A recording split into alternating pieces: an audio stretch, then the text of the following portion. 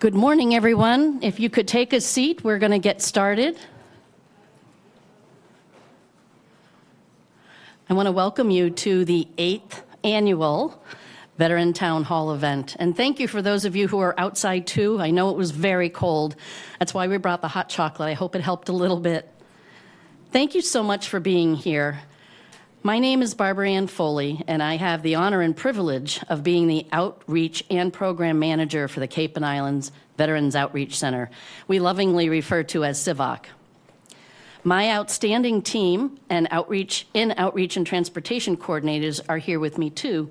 Laura Sears and Peter Doonan are to my right.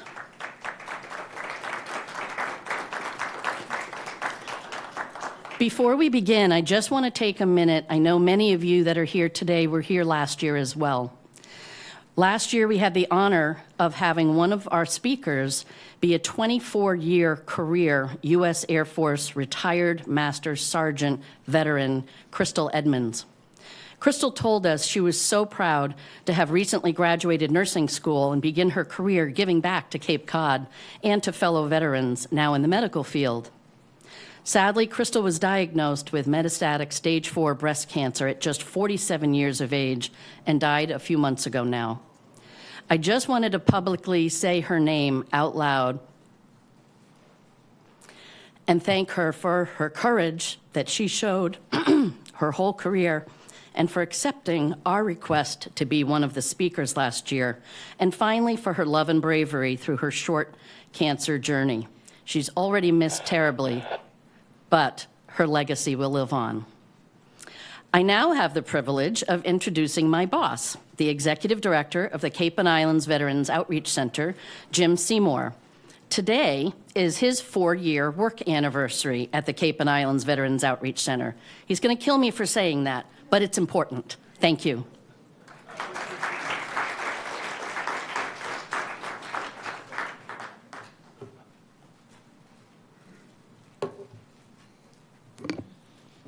Some might call that a bad career move, but you're okay.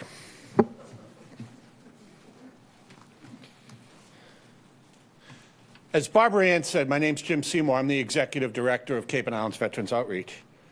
Thank you for coming, and thank you for being part of this day. It seems this year it's turned into Veterans Week. We began on last Friday, and we continue with events through this coming Friday out in Woods Hole. Somebody telling me to stop already? Here, I'll give you that. Oh, I know what that is. It's God telling me to talk fast. Thank you for being here. As Barbara Ann mentioned 4 years ago, excuse me, I accepted the honor and responsibility of serving as the executive director of our organization, a decision that marked the beginning of an incredible journey.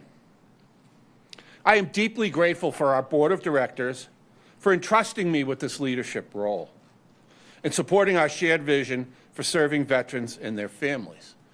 Could I ask the members of our board of directors to please stand and be recognized? Thank you.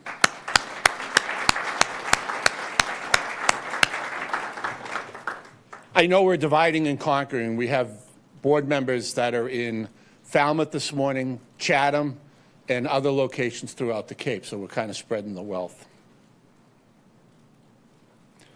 While the past 4 years have been filled with challenges and triumphs, what has truly defined this journey is the unwavering teamwork and dedication of the entire CIVOC community.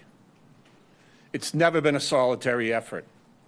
The achievement and progress we celebrate has been made possible by our staff, my team. I've been asked on many occasions, what is your greatest accomplishment, Jim? Being here 4 years to start. I tend to get itchy feet, break a few windows along the way, as the board can attest. But it's always mission-centric, it's always veteran-centric. But in essence, in truth, my greatest accomplishment is hiring an amazing team. Please stand. Be recognized.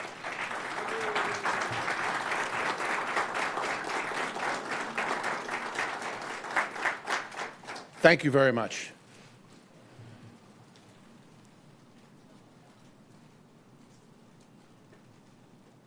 We also have a dedicated group of volunteers. They help us week in and week out. And it's been primarily focused on the food pantry, but I'll talk a little bit more about that in just a second. We average somewhere around 350 to 400 hours of volunteer time every month in our food pantry. Do I have any of our volunteers present today? Could you please stand? They must be out working. Nice job. Thank you all for believing in our purpose, for inspiring me every day, and with your commitment and your compassion.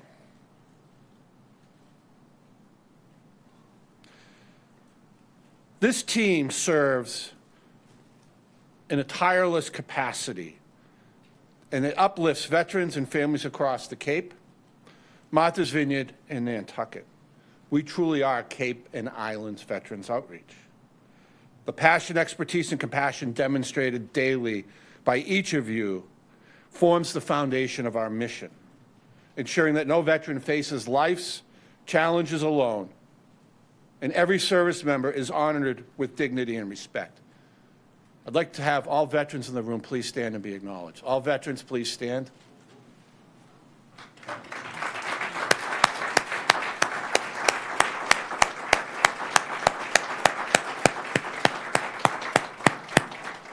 Please be seated.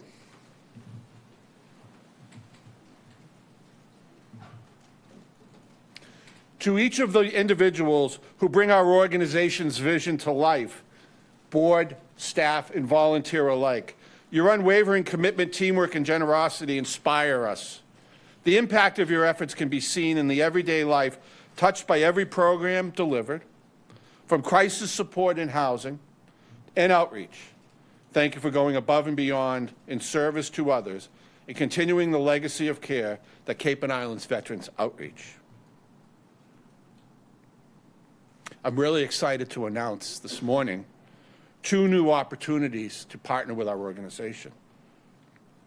We now have 2 new opportunities available to help fulfill our mission to serve veterans in need. First, you can become a volunteer ambassador with the Cape and Islands Veterans Outreach Center, joining this dedicated team that actively supports veterans and their families with essential programs such as housing, food pantries, and other outreach activities, and transportation services across Cape Cod. As an ambassador, you will play a vital role in the community outreach, event organization, connecting veterans to life-sustaining services, and making a tangible impact on the lives who have served our nation. And it's very simple. Go to capeveterans.com, click on the Get Involved tab. It'll bring you to an online registration page and select an orientation session. That 90-minute orientation session will teach you a little bit about our organization, our pillars, our mission and vision and values, and what it means to become an ambassador.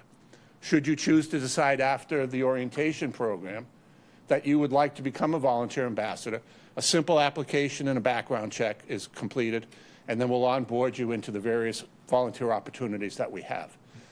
I am pleased to tell you it has been already a success. We soft launched this in September. We've had about 8 or 9 sessions so far, and about 98% of the folks who have gone through it have signed on to become an ambassador. We need your help. We are being requested to be present in so many places across the Cape and Islands. We just don't have the bandwidth currently amongst our team and dedicated volunteers.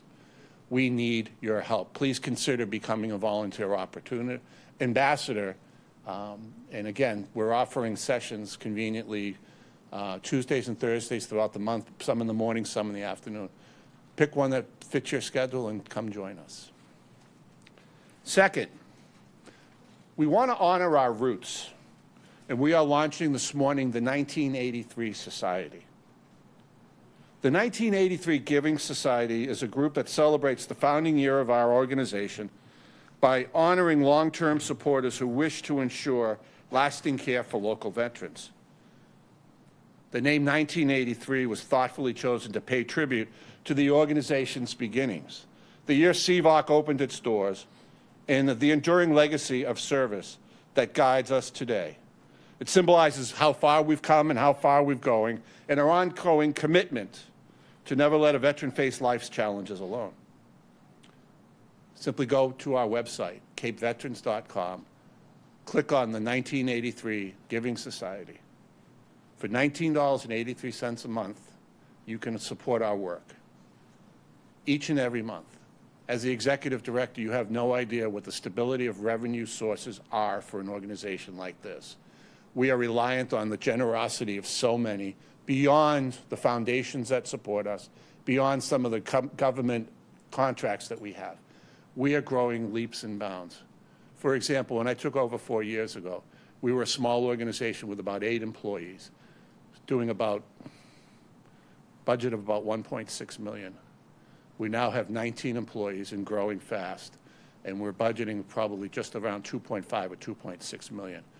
That sounds like a hell of a lot of money, but when you're trying to take care of thousands of veterans, it doesn't go very far. And that's why we need both the folks to join the 1983 Society to become volunteer ambassadors. Thank you.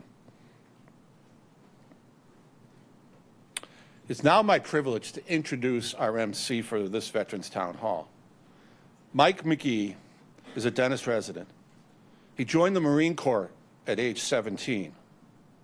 Hoorah. Serving with honor from 2009 to 2013. He marked his 18th birthday in Marine Corps boot camp. That must have been special. And his 21st birthday in the deserts of Afghanistan. Boy, you picked the greatest places to have a birthday, brother. Earning a promotion to corporal and honorable discharge to the rank of sergeant. Now Michael channels that same resolve as our recently promoted program manager of case management services at Cape and Islands Veterans Outreach, leading that dedicated team. Please offer congratulations to Michael.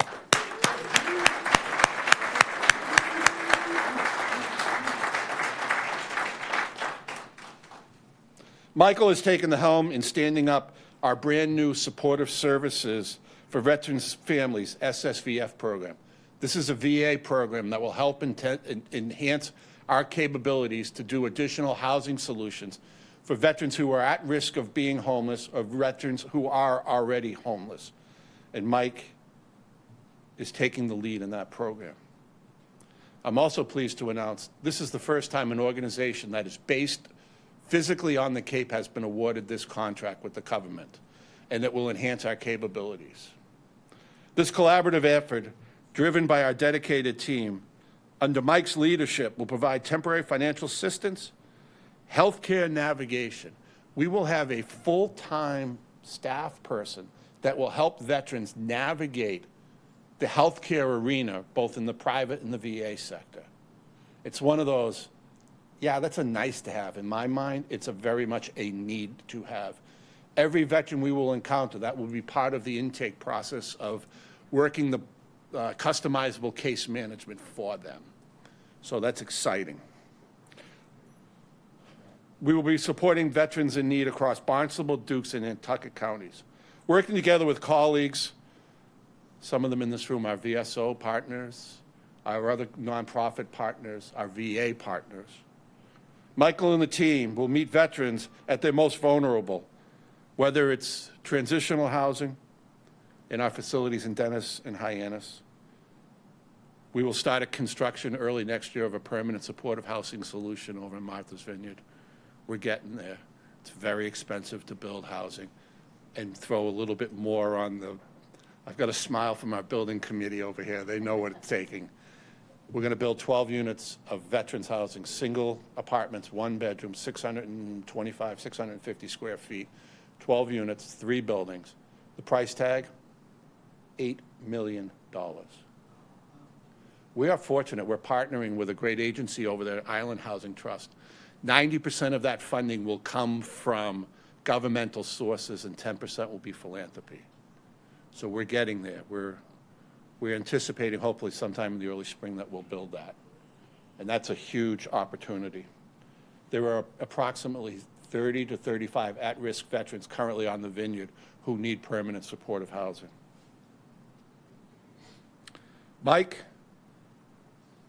keys to the kingdom and housing are all yours, brother. I heard your boss is a pretty fair guy. As long as you do what he tells you, correct?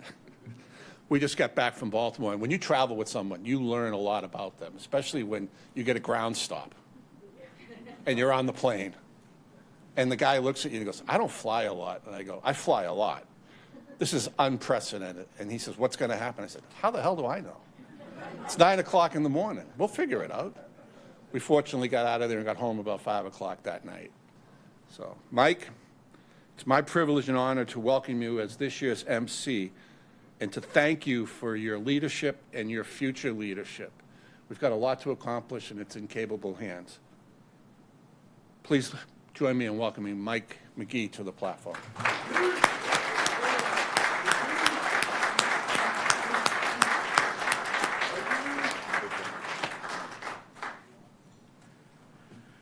Well, good morning, everybody. It's an absolute honor and a privilege to serve as the 8th annual Vets Town Hall MC this year and guide us through this phenomenal program. And in my time so far at Cape and Islands Veterans Outreach Center, I can say it is such a dedicated team, from all the staff in transportation, getting veterans to and from critical appointments for their healthcare needs, to the pantry, feeding thousands and thousands of families and mouths per month, per year, housing case management, to the development team, all the way to a great and phenomenal leader, Jim Seymour. Without his leadership, this ship wouldn't steer as well as it does. So very happy to be part of this great team. So if we can get a round of applause for the whole team, that'd be great.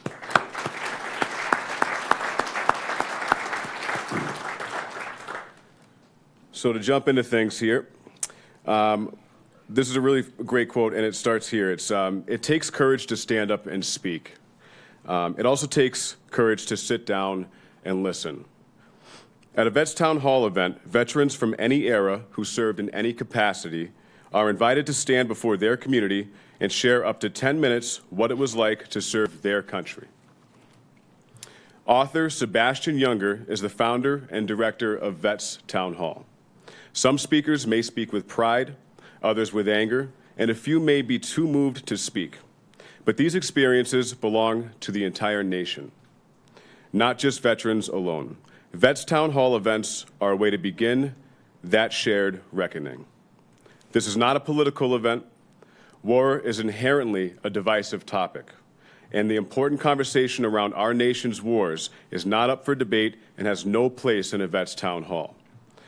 At these events, there are no activists, there are no liberals, there are no conservatives. There are just veterans willing to speak openly about their experiences and community members who are willing and courageous enough to sit and listen.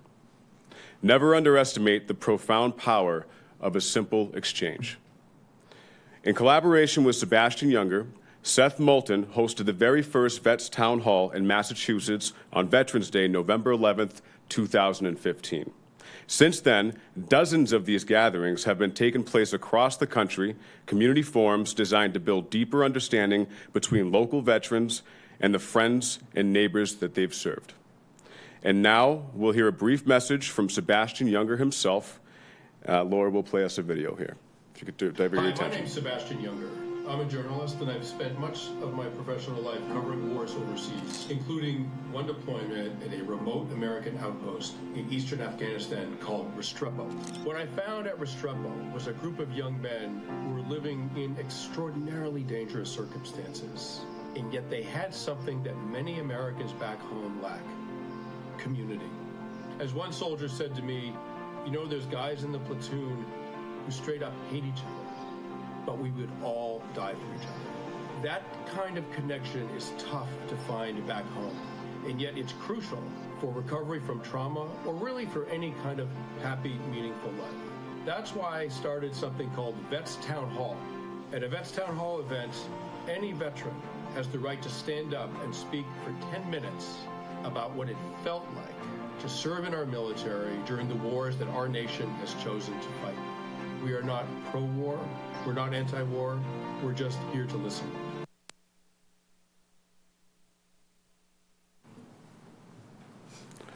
All right, so I'm just going to name off our Veterans Town Hall, this 8th annual Veterans Town Hall speakers, real quick, one by one, and then we'll get into the first speaker, get him up here and to start this off. So this year we have Timothy Gallagher, United States Marine Corps.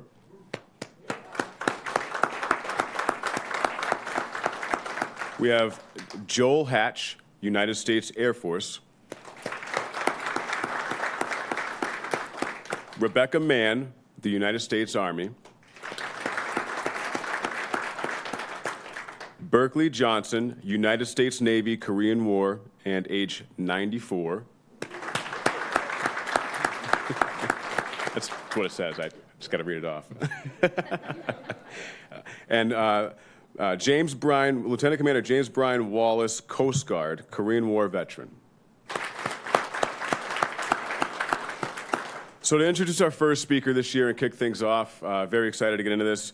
Our first speaker is going to be Timothy Gallagher. Tim was born in Dorchester and earned a degree in architecture from Boston Architectural College. Then went on to work in information technology for an incredible 55 years. He joined the Marine Corps at age 17, in 1966 and served until 1968. His military occupation was 0351 Light Infantry Weapons Specialist, URA.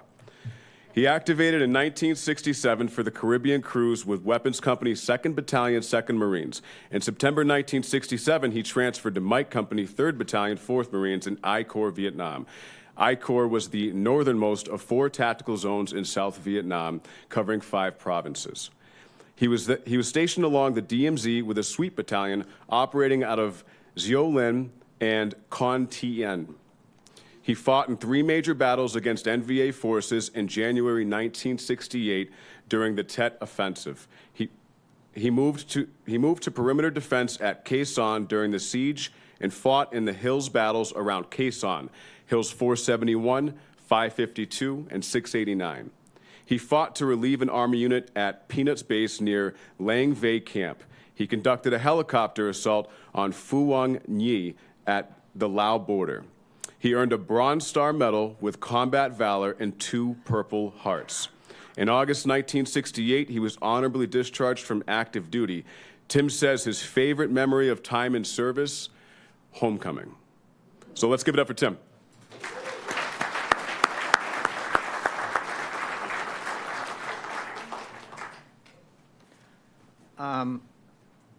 Thank you. I wanted to talk about homecoming. Remember, it's August of 1968, and I was 19.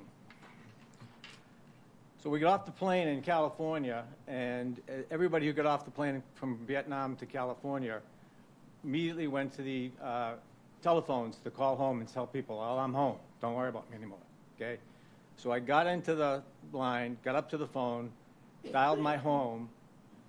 Should I be standing in front of this? I'm a lot shorter than the last 2 people that were here. No less important. I got to the phone, dialed my home, and there was no answer. So I had to get back at the end of the line. Got it back up to the front of the line. I said, well, I'll call my Aunt Mary, who lives in Milton. Dialed her, no answer. Got back at the end of the line, said, well, I'll call my Aunt Alice. These are all my mother's sisters. Call my Aunt Alice, and maybe somebody's there. I'll just tell them to tell my mother I'm home. Called up. My cousin picked up the phone, and I said, this is Tim. I said, I'm looking for my mother. And they said, oh, she's here. So I said, okay, put her on. She gets on the phone, and I said, Mom, it's Tim. She said, that's great. She says, but I'm waiting for an important phone call, and hung up. So I was like really pissed. I was like, oh. So I get back at the end of the line, get to the phone again, and I called my Aunt Alice's house, and my sister picks it up, my sister Ellen, and I said, put Mom on. And I said to her, Mom, I said, what are you talking about? And she said, well, Aunt Alice we were having chicken and soup at Aunt Alice's house. A bone got caught in her throat, and they took her to the hospital, and we're waiting for a phone call for them to tell her she's okay. She said, when I heard your name, heard your voice, I knew you were good, so I hung up the phone. And she hung up the phone again. So I guess that made some sense. So 2 days later, I'm getting discharged, 19 years old, getting separated from the service, active duty, on a plane, going to Boston. But I had to take a plane from LA Airport to Newark, New Jersey. And took the flight, got to Newark, New Jersey, but I was on military standby. We all know what that is. I got bumped from the flight from Newark to Boston. So I had to spend the night at Newark Airport in my dress greens, sleeping at the airport, waiting for the flight in the morning. So get up earlier in the morning. It's still dark out. Get on the flight from Newark to Boston. Get to Boston. It's still dark out. There was nobody there to pick me up. There was no welcoming committee there waiting for me to say hi. There was no one to drive me home. So I got in a cab from Boston and went home to Quincy, where my mother's house was. Still dark out, before 6 o'clock in the morning. Walk up to the front door to get home, walk in the house, the door is locked. And I was just pissed, and I said, holy shit. I said, they locked me out. But then I thought for a second, well, you know, I've been gone for 2 years. Why do I think I should have a key to the front door of my house in my pocket, right? So I yell upstairs, and I said, hello, I'm home. It's me, it's Tim, I'm back. But I can't get in. The door's locked. Light goes on in the house. My sister, my younger sister, comes down, opens the door, and this is the quote. She said, where have you been? You were supposed to be here last night. We all waited up as long as we could, deep into the night.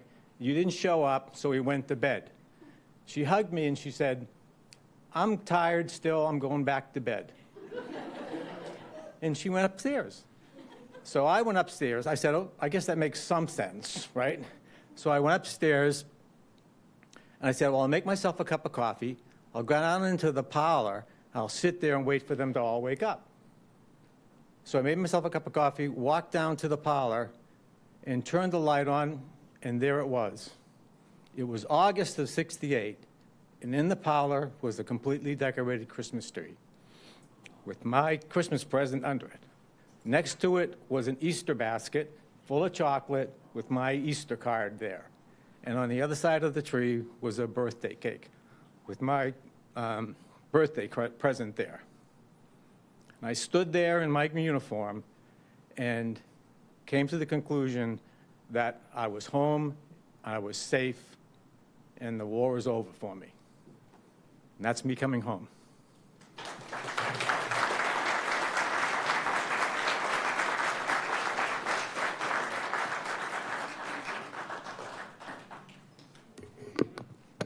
Beautiful story. Thank you for sharing that with us, and welcome home, and happy belated birthday as well, by the way.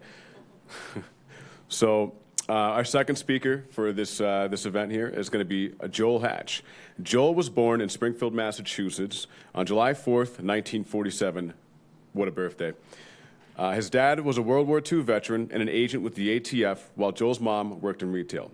He graduated from Springfield Technical High School in 1966 and enlisted in the Air Force in July of 1968.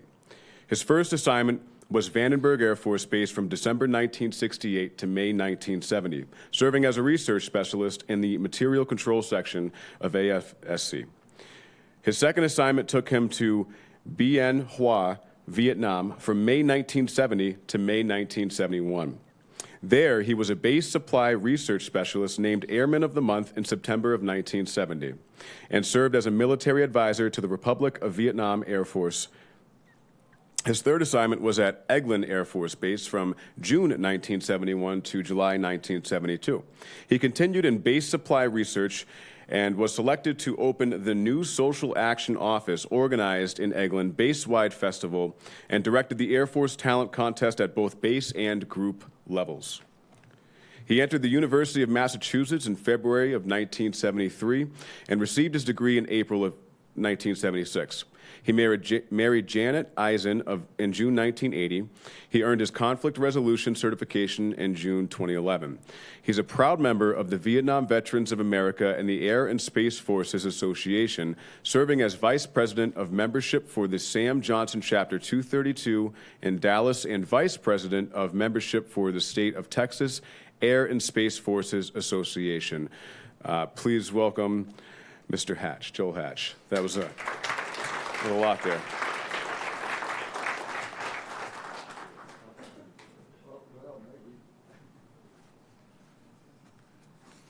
I certainly don't want to break the mood. I understand what today is. However, my experiences within the military are perhaps a little bit different from most. I flew a desk. My first encounter with an enemy was in basic training.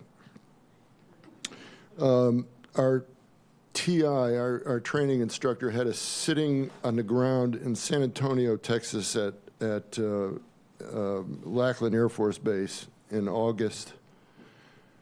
And shortly after our little discussion, he had us form up to march to the dining hall. Those of you who have been in service knows that when you get formed up and you're called to attention, you don't move. However, at that particular moment, I found myself being attacked in a rather private, embarrassing place that might have interrupted the potential of future generations. It was a fire ant. If you have never experienced being bitten by a fire ant, it's one that you remember. Again, I'm standing at attention, and I decided to take care of this little issue where the training instructor saw me doing it and wrote me up for breaking rank. That was my first encounter with an enemy. I'll skip Vandenberg Air Force Base. The only thing that we had to do at Vandenberg was watch the rockets take off. And that wasn't all that bad, really. It shook the ground a bit and woke us up in the middle of the night. I'll skip ahead to Benoit, Vietnam. We got rocketed a couple of times, but what was more interesting was I met a gentleman while I was trying to take cover from one of these rocket attacks. His name was Richard Jernigan. He was also known as Reuven Jernigan, and known by the folks on base as Batman. He was born a Baptist, learned that he had a history of the Jewish religion in his family, and became an Orthodox Jew. His best friend was Father Carl Baggy, who happened to be from Springfield, and who was a chaplain there. And between the two of them, they conjured up this idea that Richard worked in the dining hall and decided that they wanted to make soup for a group of individuals that used to hang out at the chaplain's hooch. That's where we normally hung out and enjoyed adult libation, shall we say. Jernigan put together all that he needed for the bean soup. Bean soup is what it was. And the next day, we supposedly enjoyed bean soup. However, he put most of our little group in the hospital because he'd forgotten to soak the beans first. And those that wound up in the infirmary spent some time deflating, shall we say. How much time have I got? One other interesting thing was our little squadron was across our barracks was across from what used to be the dining hall that got blown to smithereens during the Tet of '68. They made it into they made it into our side was the officers club, the other side was the NCO club. It was a big white building. Now, we also had a squadron lounge bar that was a couple of doors down, and on Saturday nights, some of the folks would enjoy some adult beverage and get themselves satisfied with adult motion pictures. if you follow my drift. Well, one night they had decided that working within these confines was simply too small, and knowing that across from our barracks was this 100-foot wide white corrugated building, they moved the projector from our lounge to some sandbags where these adult art films were being projected on a 100-foot wide white corrugated building, visible to the flight line, which caused some obvious chatter later. The security police came by. They were called security police, not air police at the time. Came by and wondered why all of us were sitting on the sandbags at 11 o'clock at night. And of course, we came up with some kind of an excuse at the time. We thought that that was something humorous that needed to be related.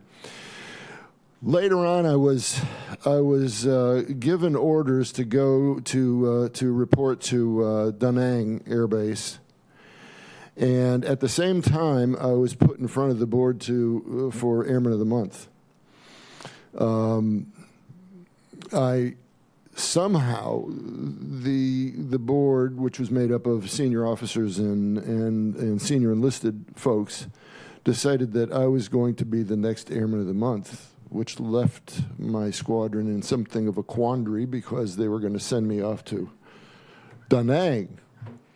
They opted instead to keep me on base and send me over to the Vietnamese side of base, where I wound up my year in Vietnam as an advisor to the Vietnamese Air Force. That was interesting. I don't know, how much do I have? How much? I got 2 minutes. 2 minutes! I'm way faster than I thought I would be. When I returned to the United States, one of the things that I did when I was in Vietnam was my roommate, who worked for the first sergeant's office, said that there are opportunities to get out of your job for a couple of hours a month if you join these committees. So I joined the Race Relations and Drug Abuse Committee. We all heard about the drug abuse in Vietnam. When I got back to the United States, my first sergeant said, "I see you've got a background in this stuff." He said, "And we're opening this new office on Eglin and all the Air Force bases. It's called Social Action, and would you like to take part in that?" And I said, "Yes, I would." And from there, the first thing that I had done was to work with the officers' wives, the NCO wives, and the first-term airman wives, and they all came up with the idea of having this base-wide festival. Eglin is one of the biggest bases in the world, and they opted to go forward with this thing. I got called into the base commander's office. I'm a 3-stripe nothing. First, the rank was changed around a number of times, but at the time I was a sergeant. He says, "Sergeant Hatch, relax, take it easy." Okay. He says, "My wife tells me that there's some plans for a base-wide festival." He said, "Would you like to enlighten me, please?" And we explained the festival. It went off very, very well. He called in social services and the rec services, and they took it from there, and we had quite a time. But from that, they spun it off, and I was selected to be the director for the Air Force Talent Contest at base and group level. I think I probably burned up my 2 minutes. Yes? Thank you very much. Thank you for your service. Protect our troops.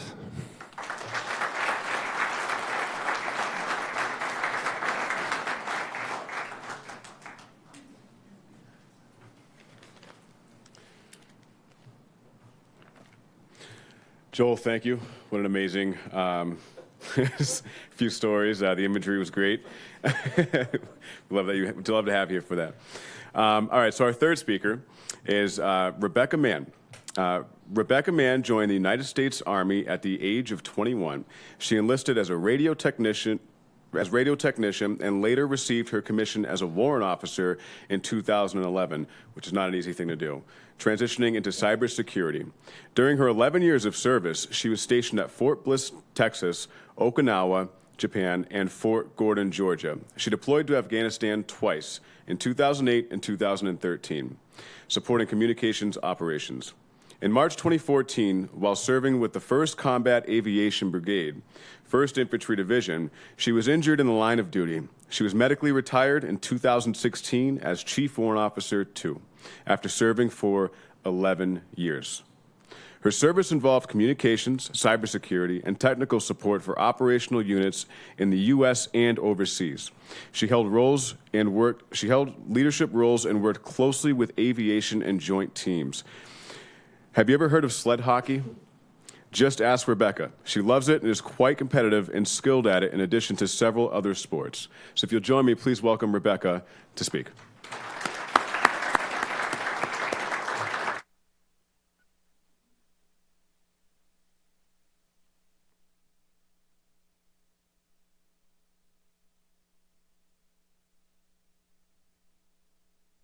Take the short award for the podium today.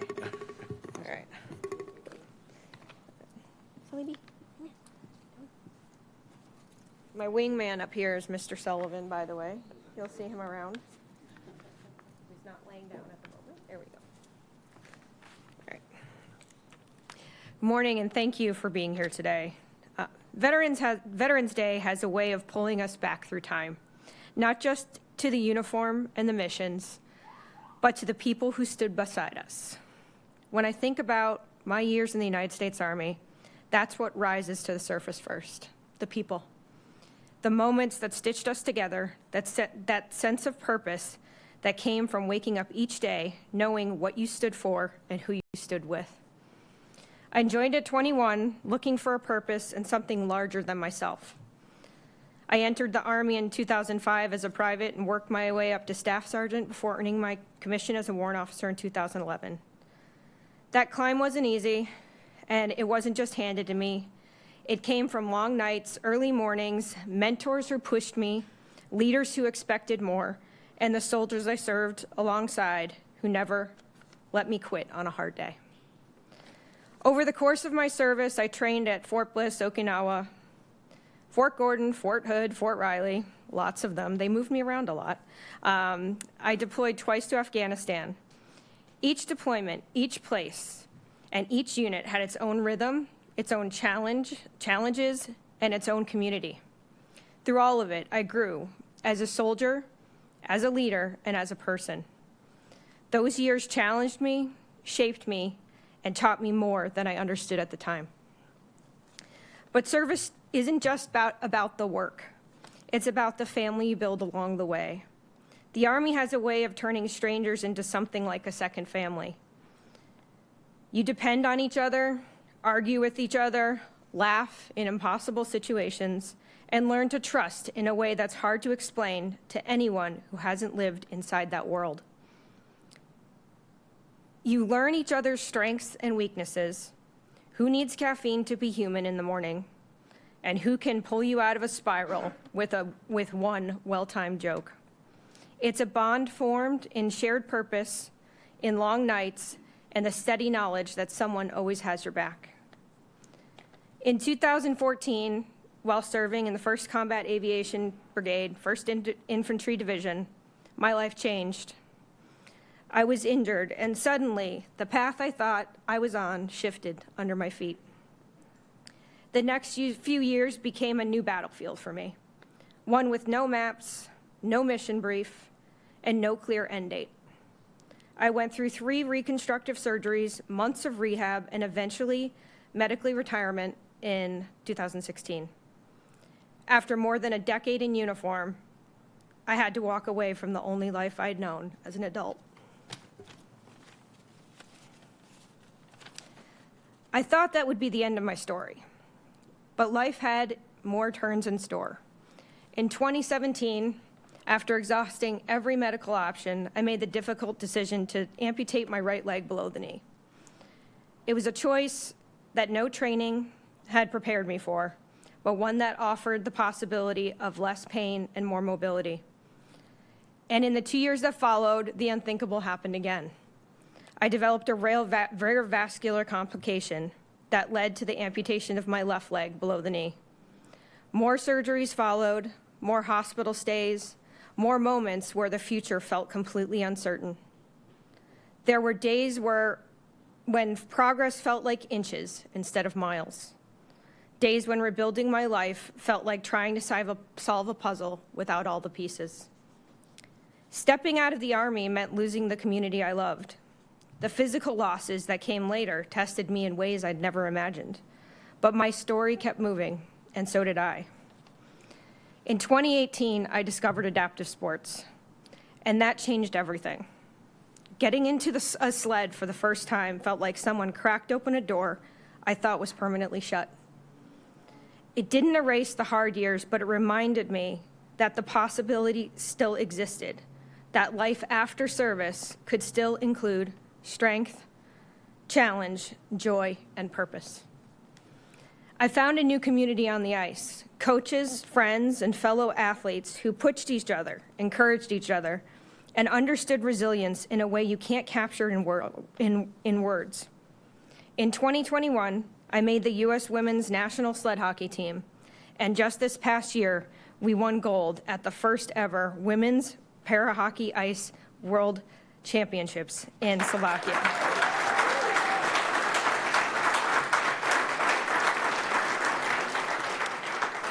Sharing that podium moment with my teammates felt like the world coming full circle.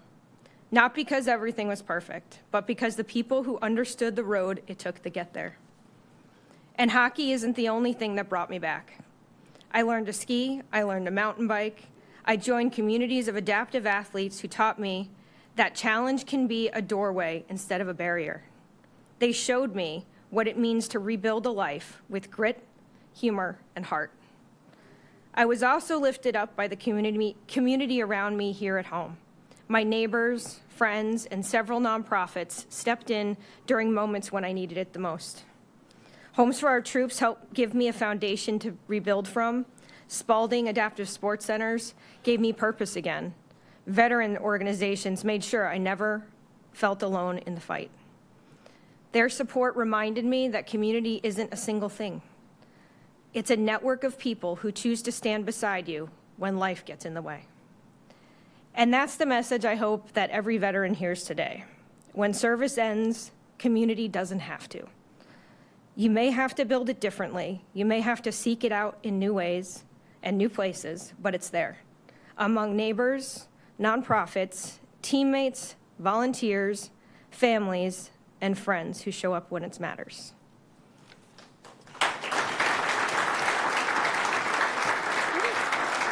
Thank you.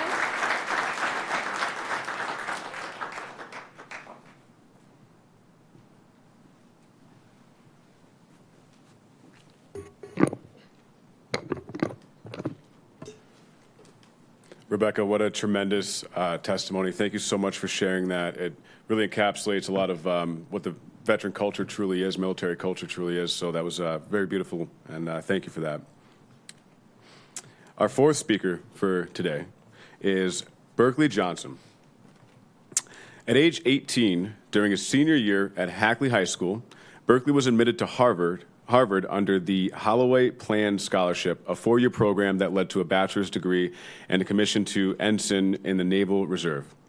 He received orders to the aircraft carrier USS Midway for a cruise to the Far East, departing Norfolk just 2 days after Christmas.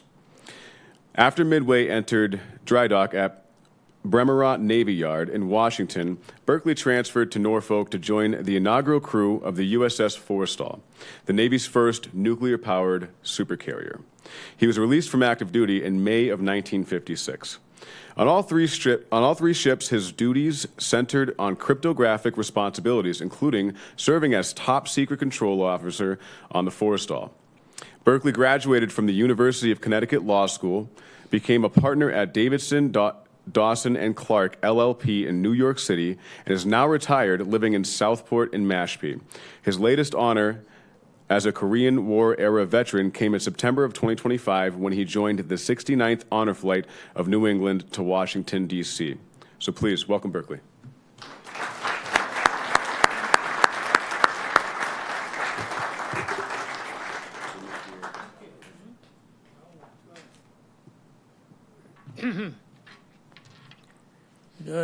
Good morning still. Thank you, Kristen. That was wonderful. Congratulations. A very tough act to follow. But I have 4 or 5 pages here that I plan to go through carefully. Well, if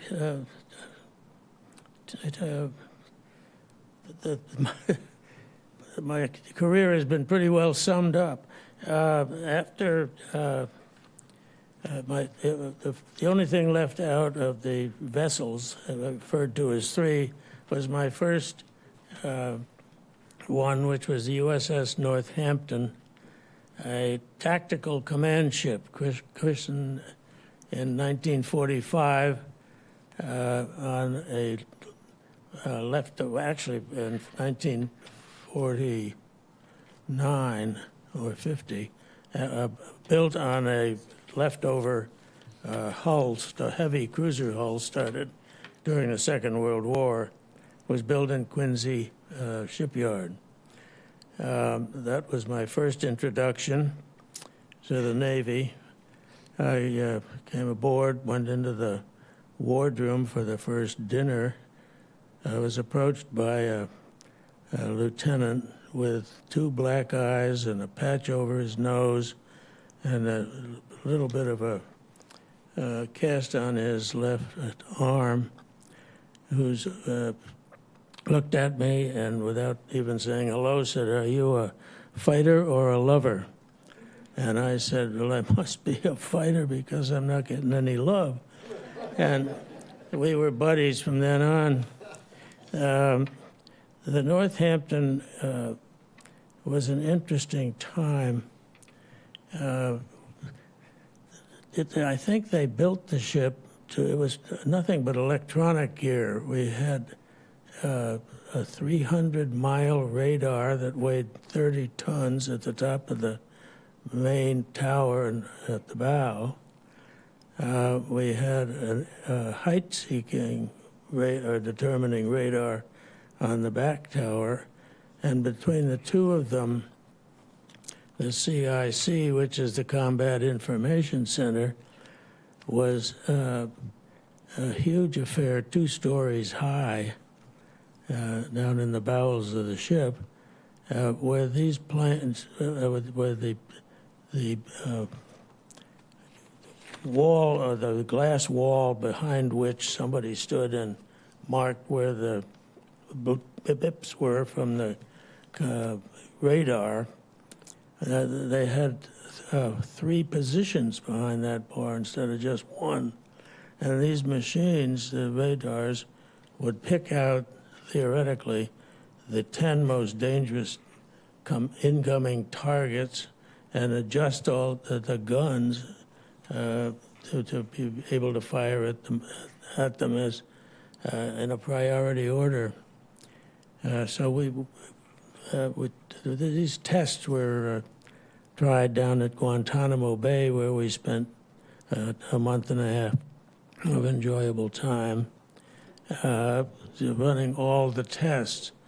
One of the, if you're familiar at all with the old ships from the Second World War, they had gun mounts with 2 5-inch 38 guns in them, and they had to be loaded by hand.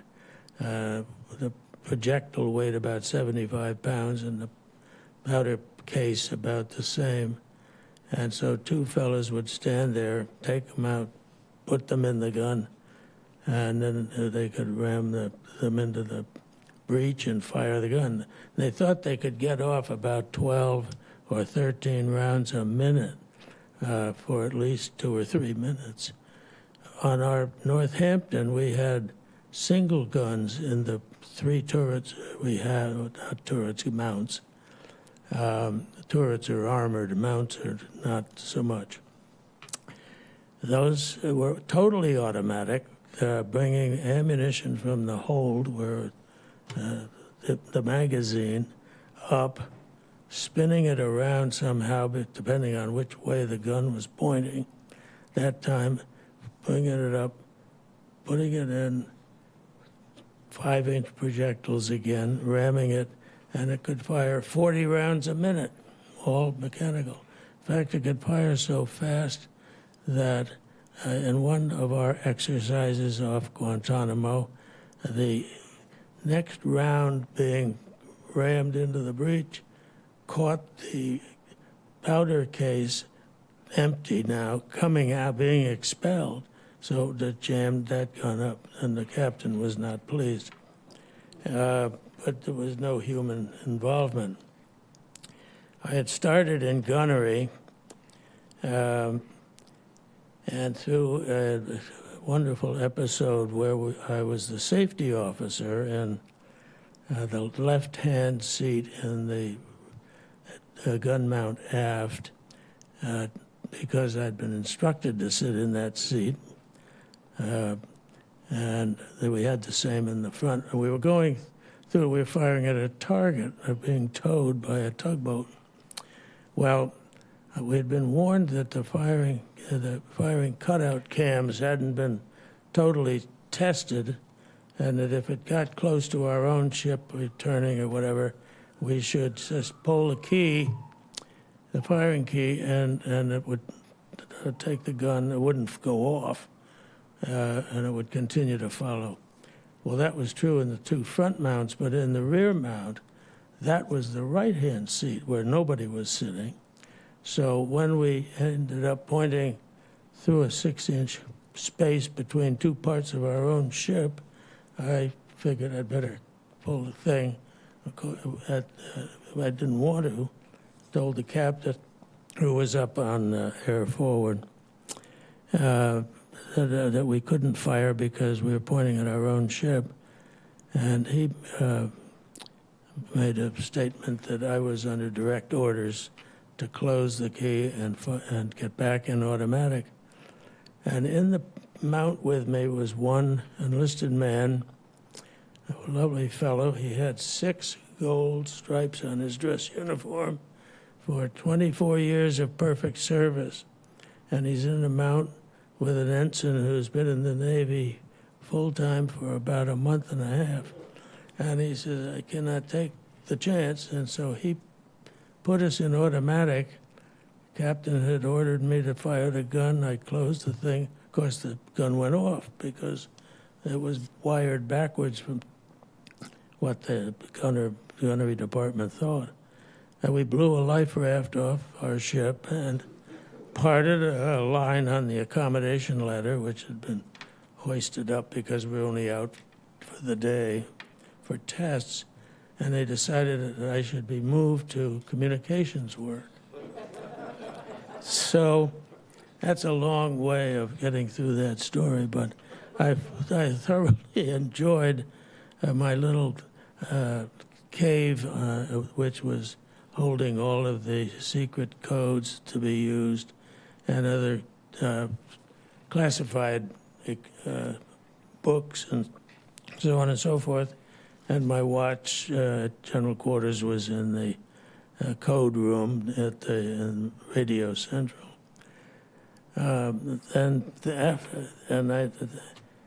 That ship didn't last long. Somebody finally decided that if you tried to run a whole theater of war from one ship, it wouldn't take the enemy long to get rid of the entire senior command for the operation with a bomb or a torpedo, whatever. So it became razor blades after only 10 or 15 years, I think.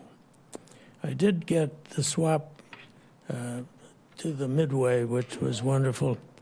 I've got to say that that's when I appreciated the Navy, because floating around the oceans of the world on a capital ship means that your bedding and your food and so forth are all taken care of for you.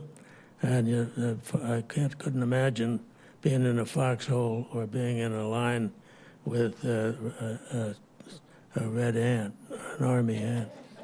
Anyway, just as for instance, when the Midway, which couldn't fit through any canal in the world, landed in Cape Town, South Africa, the fellow in charge of the wardroom went someplace and bought 76,000 pounds of lobster. And there were about 550 officers on the ship with the air crew. So we had lobster for a long time. And out in, that's about, we did end up in Manila as a base, picked up the admiral who was Commander Task Force 77, which patrolled the Formosa Straits. That's now Taiwan. Of course, the aircraft carrier would be outboard of the island because the planes had to take off and so on. There was nothing too much going on. The Chinese had been, the communist Chinese had been taking over a couple of islands in between the mainland and Formosa.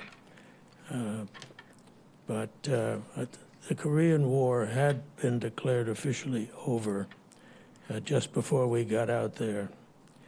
I just want to close that those of a certain age will recall that Korea was not a popular war. However, nothing at all like what the country went through here at home with the Vietnam War. But those of us who came home from Korea were generally treated with indifference, if not outright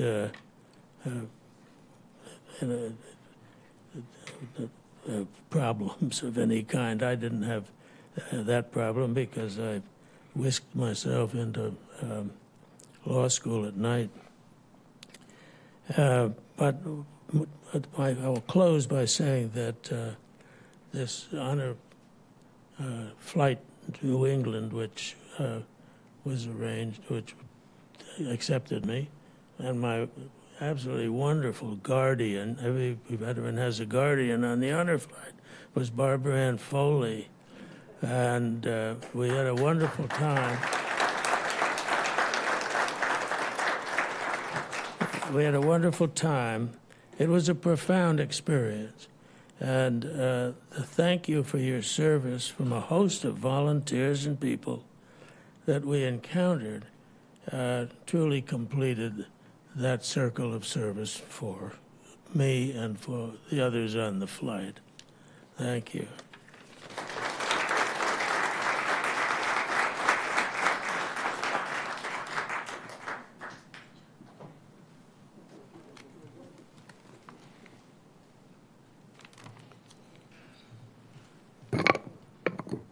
Berkeley, thank you so much for sharing that. Served in a whole completely different time, and it's always nice to hear the stories that come from that time of servitude. And if it wasn't for your service, we wouldn't have been able to serve ourselves. So thank you very much.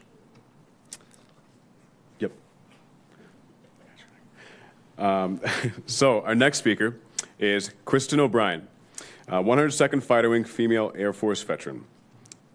Kristen enlisted in the United States Air Force at just 17 years old. She served with the 101st Air Control Squadron and later the 102nd Fighter Wing of the Massachusetts Air National Guard. During her career, she excelled in at least 3 Air Force specialty fields. She began as a radar operator, quickly rising to become one of the top performers. She was promoted to weapons surveillance coordinator and then to weapons controller. Later, her civilian medical background proved invaluable when the 101st faced a critical shortage of personnel. Kristen stepped up and became the medical technician for the entire squadron. In 1998, the 101st Air Control Squadron was deactivated, and she transitioned to the 102nd Fighter Wing. There, she worked closely with hundreds of wing personnel counseling airmen and developing training programs for the Equal Opportunity Office. She was also tasked with leading the wing's drug abuse prevention program. At the time, 9% of the wing tested positive for drug use. For active duty members, Kristen ensured they entered SARS, the Substance Abuse and Recovery System, to get the help that they so rightfully needed. After 20 years of combined active and guard service, she retired in 2003. Today, Kristen proudly serves her community as a TSA officer in Hyannis. Please welcome Kristen. I'm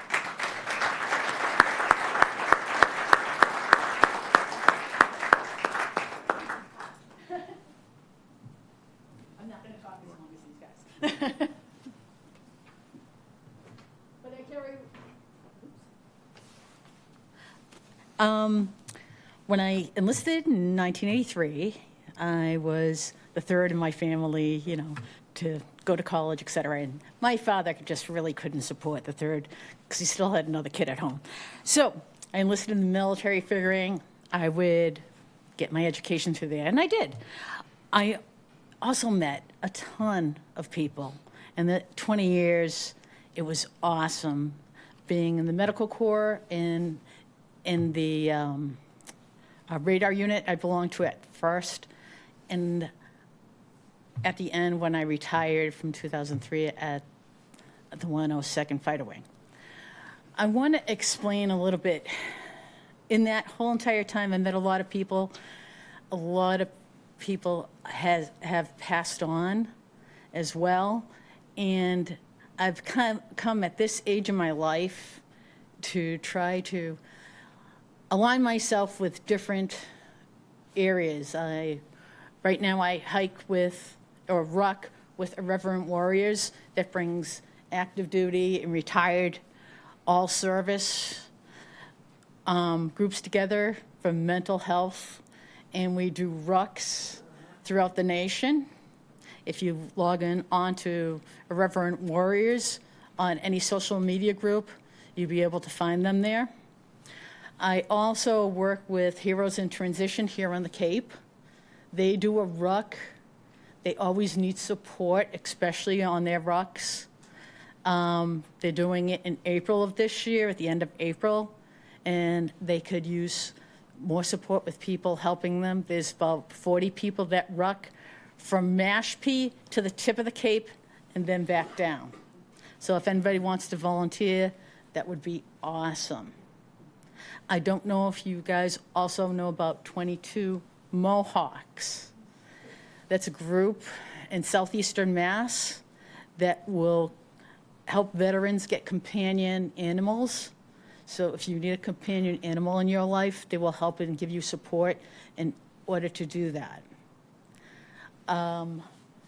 This is a rucksack. When people ruck, they put it towards their weight. So people can be carrying 20 to 30 pounds with also a 20-pound vest. So when I say these people are dedicated during rucks, they're very dedicated during rucks. I hope you support them, and if you see them come this April when you're out either early in the morning or in the afternoon, they go along a certain route on Cape Cod, honk, wave to them, etc. They're doing it all to support families in transition from active duty to civilian.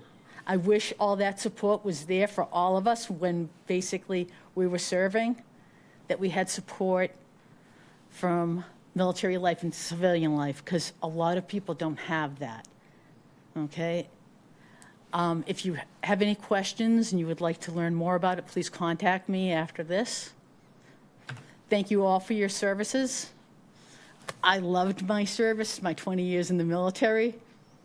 I met so many people, and I'm still meeting new people every day. Thank you very much.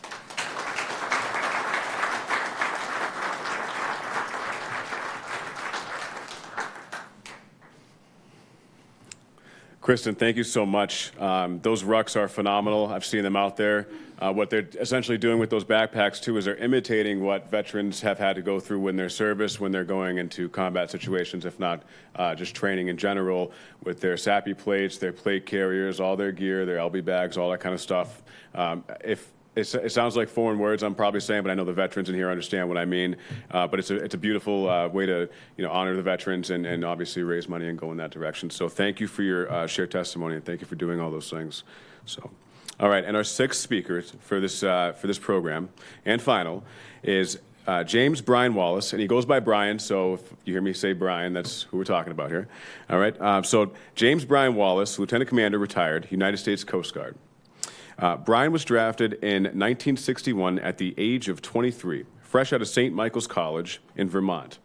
He entered the service at 23 and retired at 43, a full 2-decade journey.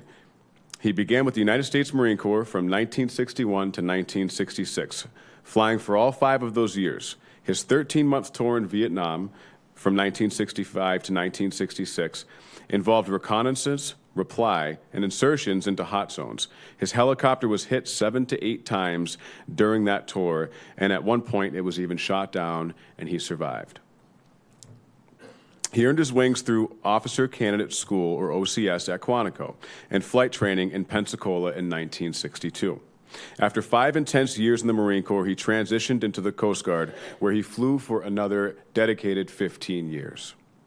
His Coast Guard tours took him to Cape Cod, Puerto Rico, San Diego, Alaska, and even Salem, Massachusetts.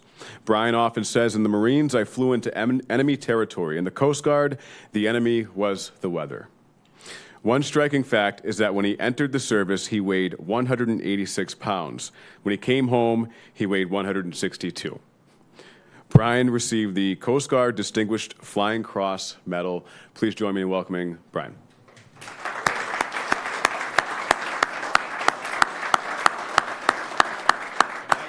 You're up. Come on.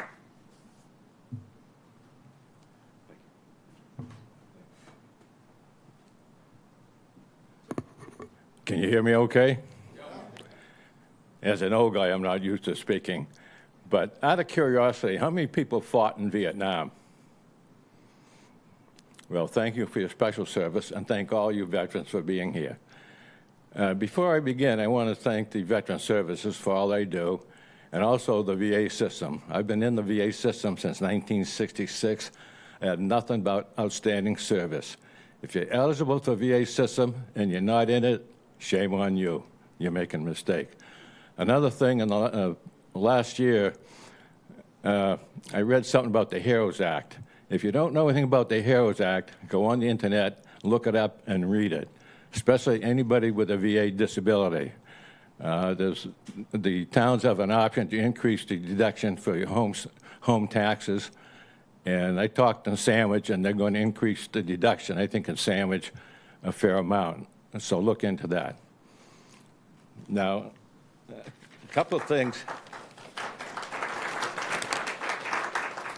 I only have a small sheet, and a lot has already been said, so I can eliminate that.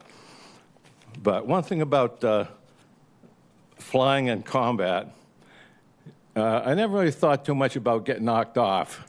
I was worried about getting captured, but getting captured in South Vietnam is not going to happen. But I did read an article, and I did a little research in Vietnam, and there's one Army warrant that got shot down 16 times, and he survived. And the longest POW in the Vietnam War was in South Vietnam, which is unusual, because most of them up at the Hanoi Hilton up north. So when the flying, I say, when I get shot down, the fortunate part was I don't remember that much about it. If you told me I didn't get shot down, I'd say, well, maybe you're right. I just blanked that out. But when we flew in Vietnam, you have a pilot, co-pilot, and 2 gunners. And fortunately, nobody got hurt. As far as living conditions, we lived in these tents you see on MASH. It's either 4 to a side or 5. I can't remember. It's either 8 or 10 people. We slept on a cot with a mosquito net in your skivvies. The average temperature in Da Nang is 90 to 95, humidity. was way up there. And when you're flying all day, you come back, you probably lost 4 or 5 pounds. And as far as food, it was called C-rats. I think now they call it MRE. I don't remember anything about the holidays, so they couldn't have been special. And as far as what we had to drink, it was mostly water. And if we flew all day, we'd take a box lunch with us. And as far as beer and extra drinks, that came in about 9 or 10 months after I was in Vietnam. So it's like my past wife, she said, "You want to go camping?" I says, "No, I camped for the Marines for 5 years. I don't want to go camping." So a couple of things I'll mention. The life expectancy of a chopper pilot in Vietnam was 30 days. And they did a little research about the tunnels. When I got to Vietnam, I didn't really know anything about it. I got drafted and the Cuban crisis was going on. I thought, maybe something's going on. And then then I kind of just lost track. But I'm going to give you a few statistics in Vietnam. And most of you may be aware of it. We lost over 58,000 people in Vietnam. And we had about 150,000 casualties. The total number of aircraft lost was 10,000. That's almost 3 a day. Over half of those were helicopters, close to 6,000. And the pilots and crew killed was about 5,000. And all in all, I think 400,000 people served in Vietnam. Not all at the same time, but over a 10-year period. And when I finished flying after 13 months in Vietnam, I don't really feel like I accomplished that much except the lives we saved. The toughest mission was going into a hot zone. And a hot zone was you went in there for critical patients. And you knew you were going to take gunfire going in and out. And the Navy had a ship called the Repose in Da Nang Harbor. And most of the time, we put the critical casualty on the Repose. And I'd hope at one time I'd be able to shut down and get a hot meal, but with only one helipad, that never happened. So I left Vietnam, and I never talked to my kids about it. Some people have a hard time talking about it. If I talk about it lightly, it doesn't bother me, but I can't go into depth because I know it'll bother me. So I got out and I joined the Coast Guard, and I flew search and rescue for the Coast Guard. And very few people know much about the Coast Guard because most of our work is done offshore. And inland, you get a lot of PR for the other branches of the service. 85% of our work is offshore. And I'll mention some of the things I've done, and I don't mention just me. The Coast Guard has done. I've landed 280 miles offshore in the middle of the winter in the water to do a medevac. I landed at the top of Mount Washington in November to evacuate 4 bodies. I did a hoist off a sub 200 miles offshore. And those are some of the things that the Coast Guard has done. And as far as the Coast Guard, does anybody have an idea of how many people on active duty in the Coast Guard? Anybody want to take a guess? The Coast Guard is smaller than the New York Police Department. They average about 42,000. During Katrina, which I retired in '82, they saved almost 35,000 people, almost the size of the Coast Guard. So other than that, I thank you all for your service, and I have nothing else to add. Semper Fi, Semper Paratus.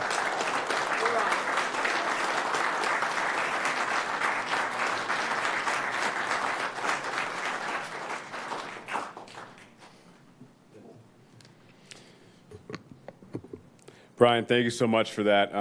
He's got an absolute point there. You know, Vietnam veterans returning home, we owe a massive amount of debt and gratitude to that class of veteran and to all our veterans. So very happy to have served in the military alongside of each and every veteran. As we close this year's Vets Town Hall, let's take one last moment to honor the extraordinary men and women who stood before us today. Tim, Joel, Rebecca, Berkeley, Kristen, Brian, and every veteran who shared their stories.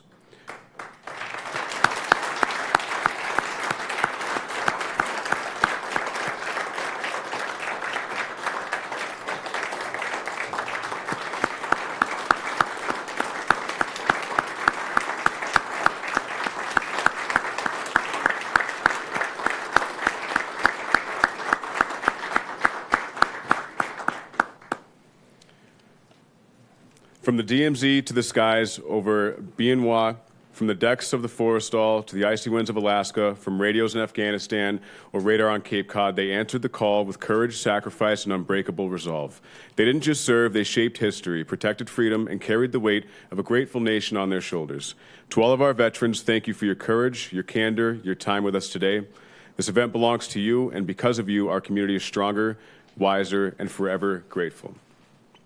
Semper Fi, fair winds, and always ready. And here's Jim to close it out.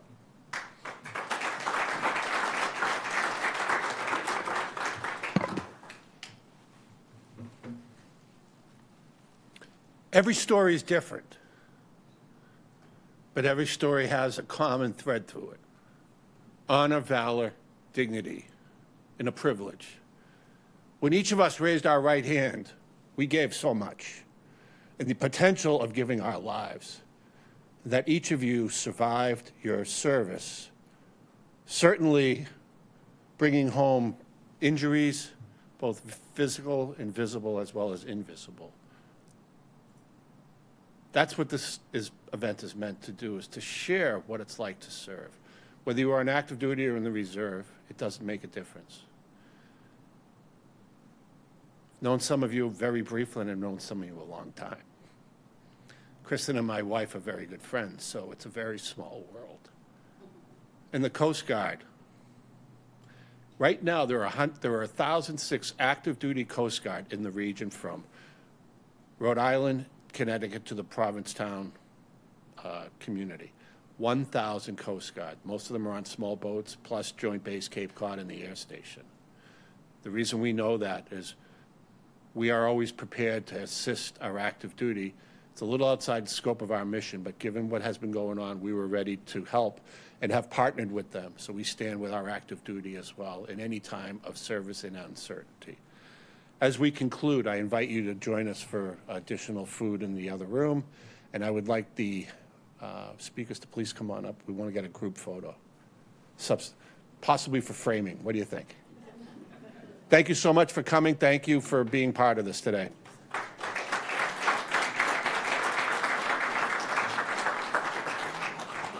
What do you think, Sully? You want your picture taken?